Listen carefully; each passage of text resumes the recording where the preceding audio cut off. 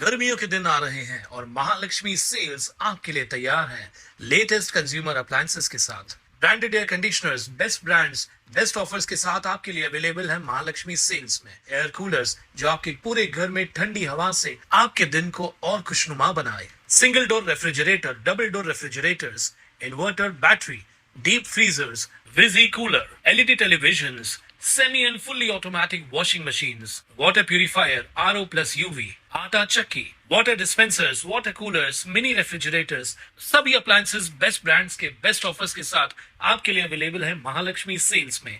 आधारवाडी जेलमधील आरोपी अबीद इस्तियाक अन्सारी याला पोटदुखीच्या तक्रारीमुळे उपचारासाठी मध्यवर्ती रुग्णालयात आणण्यात आलं होतं। डॉक्टरांनी तपासणीनंतर त्याला पुन्हा जेलमध्ये पाठवण्याचा निर्णय घेतल्यानंतर आरोपी संतापला आणि त्याने रुग्णालयातील केबिनच्या काचेवर डोके आपटून घेतलंय।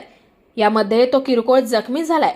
आबिद इस्तियाक अन्सारी हा भिवंडी येथील रहिवासी असून कोंडगाव पोलीस ठाणे यांनी त्याच्यावर मोक्का अंतर्गत कारवाई केली आहे। तो 2023 पासून आधारवाडी जेलमध्ये बंद असल्याची माहिती समोर आली आहे। मागील 2 दिवसांपासून त्याच्या पोटात दुखत असल्यानं कैदी पोलीस त्याला सायंकाळी मध्यवर्ती रुग्णालयात घेऊन आले होते। त्यावेळी कर्तव्यावर असलेल्या डॉक्टरांनी तपासल्यावर औषध देत दाखल न करता परत जेलमध्ये घेऊन जाण्यास सांगितलं।